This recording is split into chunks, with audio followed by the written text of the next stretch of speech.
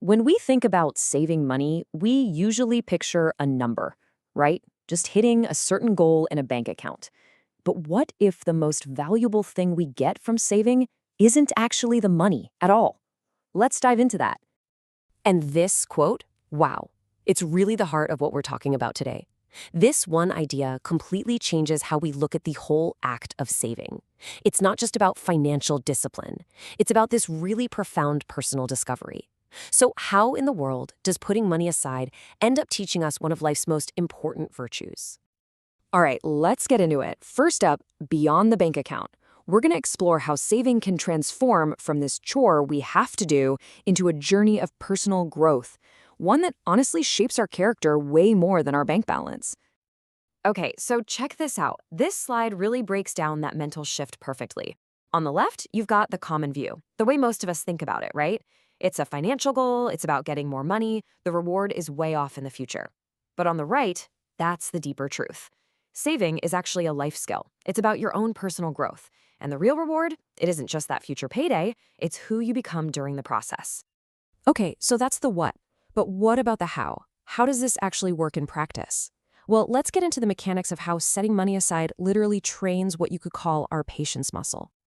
Think of this whole process as a workout for your mind. First, it forces you to embrace that real growth is a slow burn. It's not a race, it's not a lottery win. Then, you learn to defeat that impulse. I mean, every single dollar you consciously choose to save, you're not just saving, you're winning a tiny battle against that I want it now feeling that's everywhere. This starts to build this powerful connection between what you do today and the person you want to be tomorrow. It turns a vague dream into a real project. And you know what the crazy side effect is? Inner peace. You start to feel this calm, this freedom from that constant anxious need for the next new thing. All right, so that's the theory, which is great.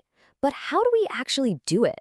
Let's look at some really simple strategies to turn saving into a practical, hands-on lesson in patience. These are some seriously powerful, practical tools. Visualizing your goal, like literally putting a picture of that vacation on your fridge, keeps your why right in front of you when temptation hits. And breaking a huge, scary number down into small, weekly goals, that makes it feel totally doable and helps you build momentum. And you've got to celebrate the small wins. When you hit 10% of your goal, acknowledge it. It reinforces the good habit. Oh, and this last one is brilliant. Bring your kids into the process. This doesn't just teach them about money, it actually hardwires this superpower of patience into their brains for the rest of their lives. Let's just zoom in on that last point with a super relatable example. We've all been there, right? A kid wants a toy that's pretty expensive. The knee-jerk reaction is to either just buy it to make them happy or give them a flat no. But what if we use this as a teaching moment? So instead, you create a plan. Together. You get a clear jar so they can see the money grow. You make a chart on the wall, and with every little bit of money they add, you show them, look, that toy is getting closer and closer. All of a sudden, waiting isn't this passive, frustrating thing anymore. It becomes an active, engaging project where they are in control. They are literally building their way to their goal. And this is the key. This is how you frame it for them. You tell them, you're not just waiting, you're using your superpower of patience.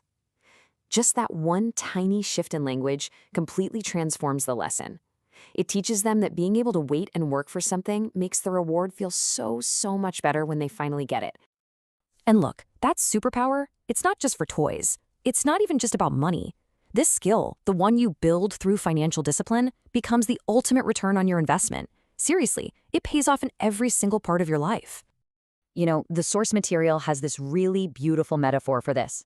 It's called the mirror of patience.